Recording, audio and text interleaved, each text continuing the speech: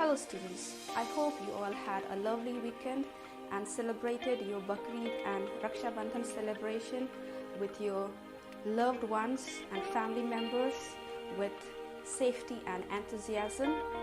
And happy Friendship Day, belated to all of you. And once again, let's start with our online class. And I welcome you all to the online course for class 11 Commerce.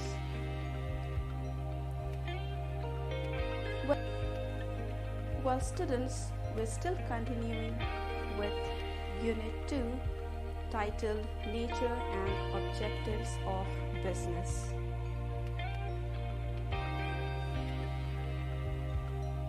Today we will continue with business as an economic activity. Business is regarded as an economic activity due to the following reasons. Now we have studied earlier that any activity which is undertaken for the purpose of earning money and acquiring wealth is called an economic activity. Now let us see why the business is called as an economic activity. The object of business is to sell goods or service for profit. So this is the foremost objective of any economic activity. Economic activities are those activities which are undertaken to earn an income. Business makes money by producing and selling commodities which help to satisfy human wants. So any object or any objective of any business first is to sell goods or services for earning profit. And business, by producing and selling different types of commodities which satisfies the human wants, they make money. Business activities involve use in scarce resources. Business activities require use of scarce resources such as raw materials, labor, capital, and other factors of production. The businessman provides necessary funds from his personal and other resources to meet the capital requirements. So here the another reason why it is called an economic activity, because it involves in the use of scarce resources. Now we know that the resources are unlimited, like raw material. We can say even labor and other factors of productions are scarce in nature. Like for example, if you can employ only 100 laborers, so that is your limited resource of labor. If you can put only 10 lakhs rupees as your capital, so that is your limited or scarce resources. So the business, they use the scarce resources, whatever limited resources they have, like raw material, number of labor, amount of capital, or other factors of production like land. If you have 1 hectare of land, so that is your limited resources. Plus, the businessman also provides necessary funds from his personal and other resources. So we can say that whatever fund he or she is putting into the business might be the limited resource, like limited amount from the personal resource or from any other resource like borrowing from relatives or any financial institutions. So in the business activity, it involves the use in the resources which might be limited with the businessman.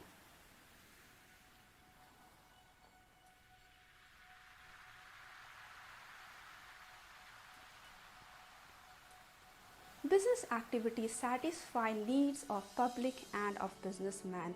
Business activities satisfy the need of the public by making the goods and service available to them. Business is the source of income for businessmen. With the help of his income, he/she can satisfy his/her needs as well as the needs of their family. Now, business is called as an economic activity because it satisfies the needs of the public. Like in business activity, when the production and distribution of goods and service are being done, it is made according to the want and needs of the public. So it satisfies the needs and wants of the public, and in return the businessman gets income for selling goods and providing service, and with the help of this income, the businessman, either he or she, can satisfy their needs, not only their personal needs, but they can satisfy the needs even of their family. Now let us look into the objectives of business. There are 4 objectives of business, namely economic objectives, social objectives, human objectives, and national objectives. Now, when you have a business, it is not only one objective that you have to fulfill, but you have to follow all the 4 objectives to become a successful businessman. Now the first one we will see is economic objectives. The first economic objective is earning profits. Any business enterprise is established for earning some income. It is the hope of earning profits that inspires people to start the business. Profit is essential for the survival, expansion, and growth of every business unit. It serves as barometer of stability, efficiency, and progress of a business unit. Now, the first and foremost objective of business should be to earn profit as an economic objective. Now, if you are given offer to start a business, you will be inspired only when there is a hope or scope of earning profit, right? Because if there is no chance of earning profit, you won't be interested to start up that business. Now, profit is not only essential to earn income and live a lavish life, but profit is essential for the survival, expansion, and growth of every business unit. Now, as you earn more and more of profit, you can keep aside some profit for expansion and for the growth of business. Now, out of the all profit, you don't distribute all the profit as salary, rent, wages, buying raw materials, but some part of the profit you keep as retained profit or plowing back of profit. Now, these retained profits are used further for further investment in the business. Now, when you will earn higher profit, the amount of the retained profit will also be more and will help in the survival and in the growth of the business. Now, profit is like a barometer. It is like an indicator that your business is stable. Stability means less of ups and downs in the business. It is more efficient and more progressive in the business world. The second one is creating customers. Profits are not created by God or by force of nature.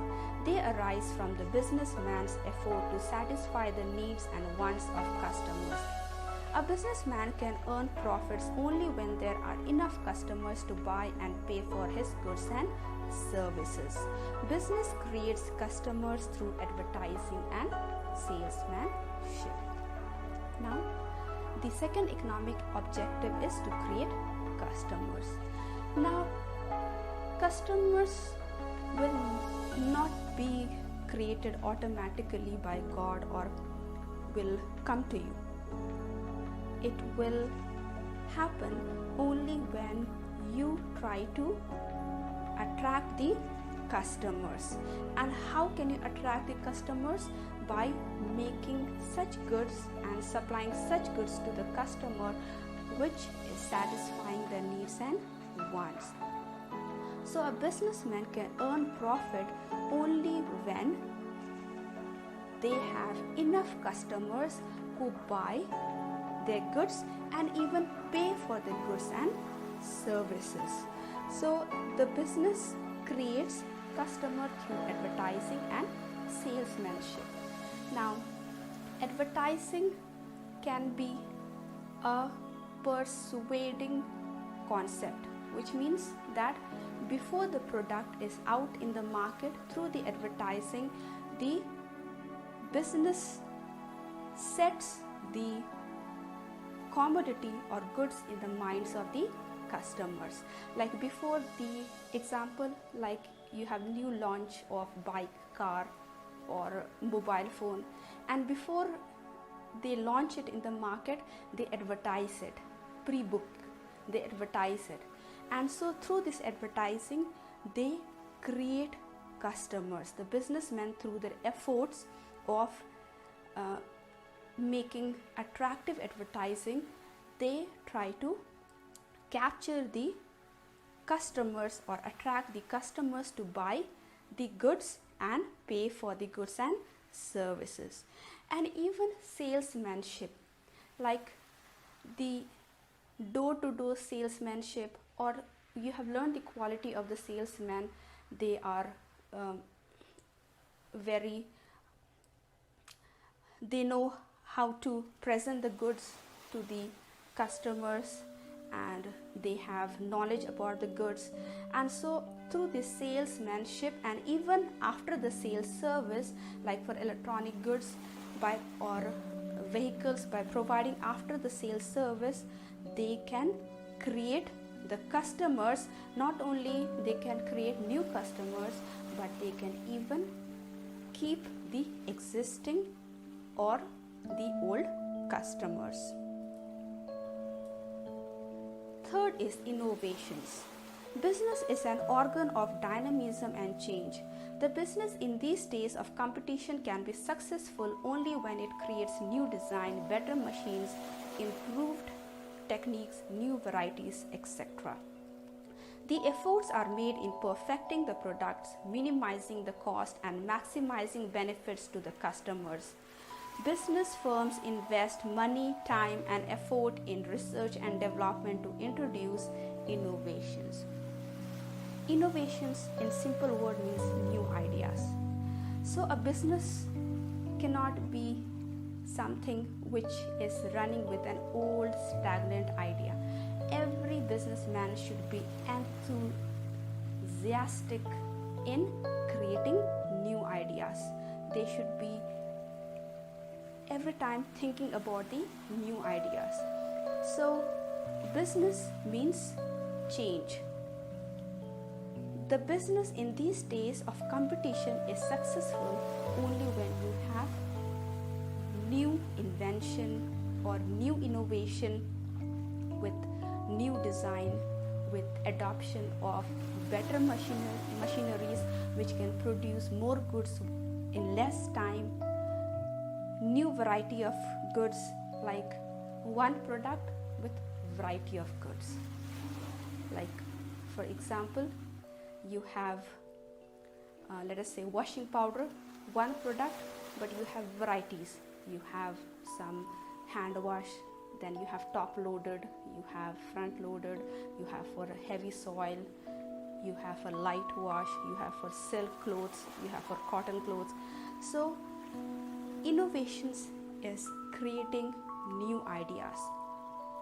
Now the efforts are not only made to create new ideas for the products and machines, but efforts are also made to minimize the cost. Now cost is the time when you spend money for making a commodity.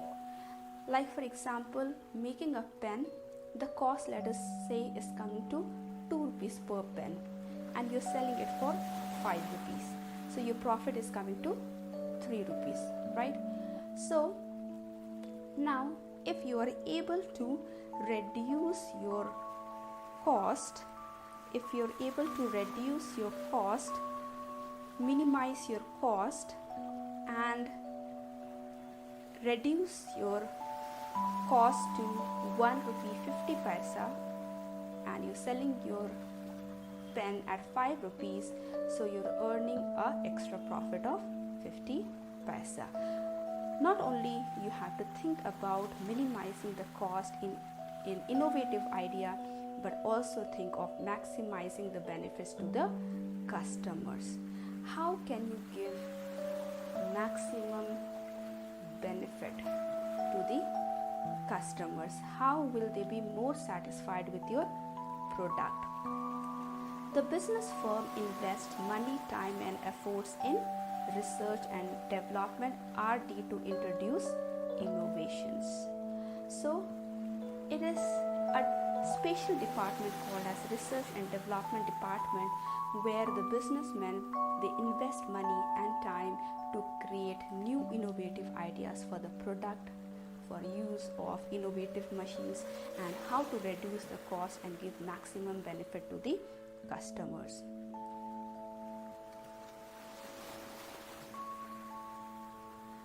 So here is the economic objective: earning profit, creating customer with satisfaction, service, quality, and innovation, creativity, vision, idea.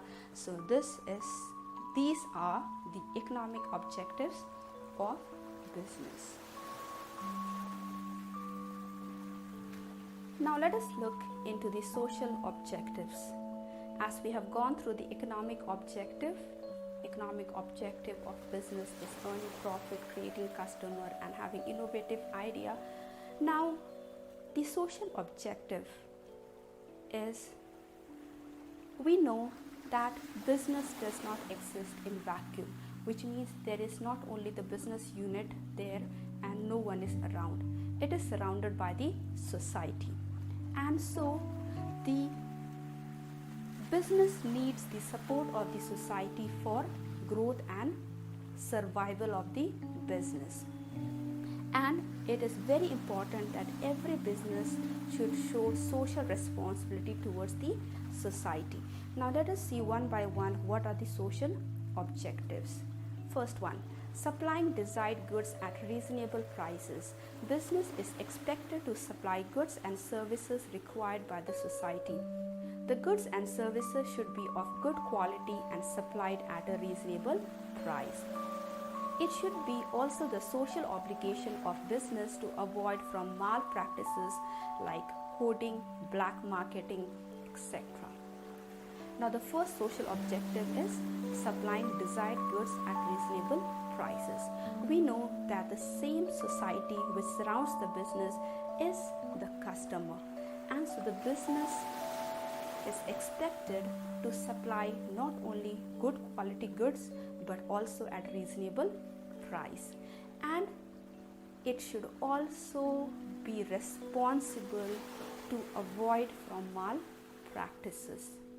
Malpractices means wrongdoings in the business, like hoarding. Now when hoarding happens, or when artificial scarcity is shown for the goods in the market, automatically it increases the prices unnecessarily. Like you must have noticed, every year the price of potato, tomato and onion, it rises because the group of suppliers, they stop the supply in the market, or they reduce the supply in the market, so that the price of these commodities will unnecessarily go high in the market. Black marketing. There are some goods which are supplied at a reasonable price by the government, like gas cylinder, like goods, necessary goods like rice, sugar, dal through the ration card. Now there are some businessmen who are not happy with this, so they are ready to sell these goods at higher price in the black market. Fair remuneration to employees. Employees must be given fair compensation for their work. In addition to wages and salary, a reasonable part should be distributed among employees in recognition of their contribution. Even good working conditions beneficial to the organization, as it helps to improve the productivity of employees, thereby increasing profits. Now, without workers, without employees, work cannot be done in the business unit. Either they are the one who work as the cashier, or they work in the office unit of the business, or they work in the factory unit of the business, or they work in the labor unit of the business. All these employees must be given a fair compensation for the work that they do. Not only they should be given their actual wages or salaries, but time to time the extra profit should be distributed to them as bonus. And not only money is important, even the good working condition helps to increase the productivity of the employees or the worker.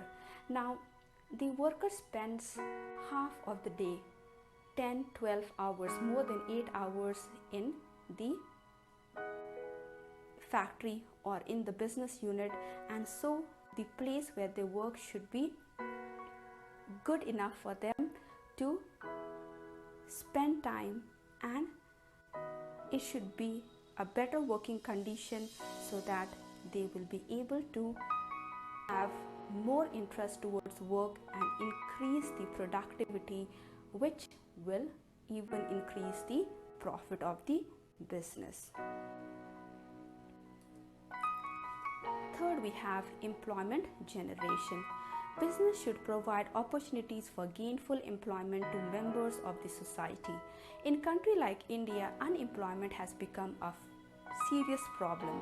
Therefore, provision of adequate and full employment opportunity is significant service to society. Now, business does not only mean that you are setting up a business and you are thinking about your own profit earning and your own life. Now, in India, unemployment has become a serious problem, and so when more of business units will be set up, there will be more employment that can be given to the members of the society, and this can be a good service to the society. Fourth, fair return to investors. Business is expected to pay fair return to shareholders and creditors in the form of dividend and interest. They should be kept informed about the financial health and future prospects of business. Now, investors are those who have bought the shares of the business. Like you must have learned in your class 9th that a joint stock company, they can sell their shares and they can increase their finance. And so there are the investors who buy the shares of the company, or there are creditors who lend money to the company, and so in return the shareholders, they get dividend and creditors, they get interest. And so every investor should be given a fair return, and if they are given a fair return to the investors and keep them informed about the financial health and future of the business, this will provide information to the members of the society who are the investors of the business. Number 5, social welfare. Business should provide support to social, cultural, and religious organizations. The business enterprise can build schools, colleges, dharamshalas, hospitals, etc. They can help non-government organizations like CRY, Help Age, and help the weaker sections of the society. Now, we just said that the support of the society helps the business to grow and survive. Now, it is the duty of every business unit to support social, culture, and religious organization. They not only should use all the profit for themselves, but they should also set up schools, college, hospitals, which will provide help, education to the society. And the business can also invest some amount of money in non-government organizations, NGOs like CRY, Help Age, to help the weaker sections of the society. Payment of government dues. Every business enterprise should pay tax dues, income tax, sales tax, excise duty, custom duty, etc. to the government honestly and at the right time. These direct and indirect taxes provide revenue to government for spending on public welfare. So, when business is earning profit, it is their duty to return it back in form of tax to the government, like income tax. We know the income that has been earned, sales tax, excise duty, custom duty, when goods are being imported from other country, so the custom duty is being paid. And so these taxes and duties not only should be paid to the government honestly, but at a right time. We all know, many of you belong to the business family, and so you know that if you don't pay your taxes on the right time, you can fined for it, or there can be many you can fall into a problem. And so these taxes, which are the revenue or the earnings of the government, they spend it on the public welfare. So the first social objective is supplying desired goods at reasonable price. Second, fair remuneration to employees. Third, employment generation.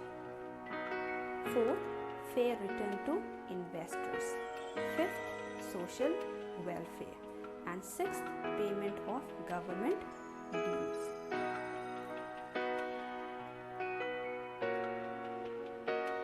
Now, students, the topics yet to be covered today will do till here, till the social objectives, and will continue with these topics in the next video. Human objective, national objective, role of profit in business, and objection against profit maximization. I hope you were able to understand, and if not, you are free to ask me any time. Thank you for watching.